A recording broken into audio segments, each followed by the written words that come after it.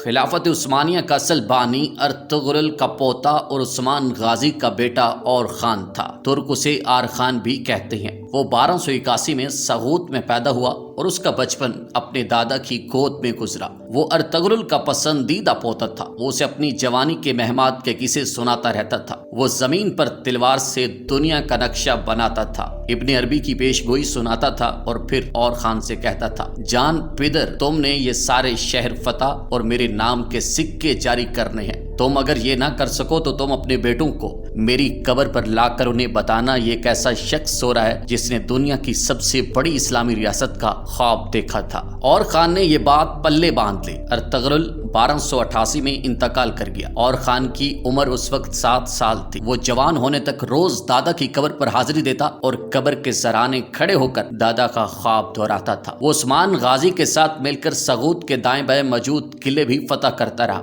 سن 1300 میں علاقے کی چاروں بڑی ریاستیں زوال پذیر ہو گئی تھیں۔ سلجوق ریاست ختم ہو گئی، ایوبی سلطنت کمزور ہو رہی تھی، بازنطینی امپائرز کی اینٹیں بھی گر رہی تھی اور منگولوں کا طوفان بھی سمٹ کر چین تک محدود ہو گیا تھا۔ ایشیا کوچک میں اس وقت گرے ہوئے کلوں، خاک اڑاتے شہروں، بکھرتے ماحولات اور گزرے وقتوں کے نوحوں کے سوا کچھ نہیں تھا۔ لیکن اب قدرت کا معجزہ دیکھیے، اسی خون اشام دور میں 2 نئی طاقتیں ابھریں۔ ازبکستان میں امیر تیمور نے جنم لیا اور ترکی میں ارطغرل کا خاندان سر اٹھانے لگا۔ امیر تیمور اور آر خان دونوں کے دور میں زیادہ فرق نہیں۔ امیر تیمور نے اور خان کے پوتے بایزید یلدرم کو 1402 میں انقرہ میں شکست دی تھی۔ یہ دونوں طاقتیں بحران میں ابھری اور یہ دیکھتے ہی دیکھتے تاریخ بن گئیں۔ اور خان نے 1326 میں عثمان غازی کے انتقال کے بعد انان اقتدار سنبھالی۔ عثمانی سلطنت اس وقت صفوت سے شروع ہوتی تھی اور 100 کلومیٹر بعد بورسا پہنچ کر ختم ہو جاتی تھی۔ لیکن اور خان نے اس کے باوجود نہ صرف اپنا سکہ جاری کیا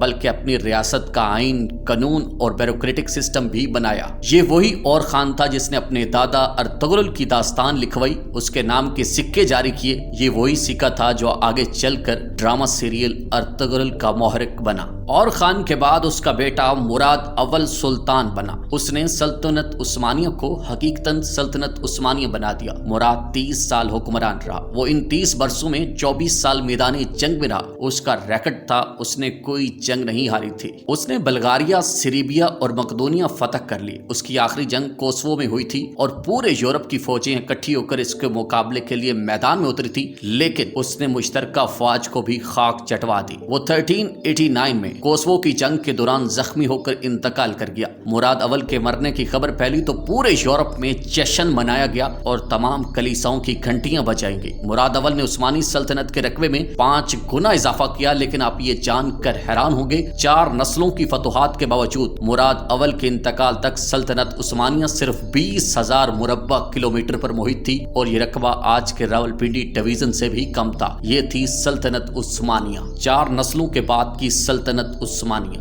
یہ حقیقت ثابت کرتی ہے ریاستیں ایک دن میں نہیں بنا کرتی، ان کی بنیادوں تک میں 4 نسلیں کھپ جاتی ہیں۔ آپ ایران سے لے کر ویانا تک سفر کریں، آپ کو ہر 10-15 کلومیٹر بعد کوئی نہ کوئی مزار، کوئی نہ کوئی قبرستان ملے گا اور اس قبرستان میں آپ کو کوئی نہ کوئی ترگت، کوئی نہ کوئی عبد الرحمن، کوئی نہ کوئی سماسا اور کوئی نہ کوئی بامسی ملے گا۔ ویانا کے مضافات اور پدپسٹ کے پہاڑوں تک ہر ترک قبرستان میں ہر قبر کے سرانے کلمہ شہادت لکھا ہے۔ ریاستوں کی ریاست بنانے میں نسلوں کا لہو اور ہڈیاں خرچ ہوتی ہیں اور پھر کہیں جا کر ریاستیں سر اٹھاتی ہیں، پھر کہیں جا کر ان کے جھنڈے اقوام عالم کے درمیان لہراتے ہیں۔ خلافت عثمانیہ کی رگوں میں بھی ارطغرل کی 18 نسلوں اور 36 سلطانوں کا لہو شامل ہوا اور پھر کہیں جا کر ارطغرل آج کی نسل تک پہنچا۔ پھر کہیں جا کر دنیا نے تسلیم کیا کہ ترک صرف ترک ہوتے ہیں۔ ارطغرل کی نسل نے صرف تلواروں اور گھوڑوں میں کمال نہیں کیا بلکہ اس نے دنیا کی بیوروکریسی، آرکیٹیکچر، لائف سٹائل اور فوج سازی کا ماڈرن فن بھی دیا۔ ارطغرل کی نسل کے ہر سلطان نے اپنے نام سے ایک محلہ آباد کیا تھا اور اس محلے میں شاندار مسجد، مدرسہ اور شفاخانہ بھی بنوایا اور اپنا مقبرہ بھی۔ اور اب آپ قدرت کا انعام دیکھیے، ارطغرل کے پاس خیمے لگانے اور گھوڑا باندھنے کی جگہ نہیں تھی،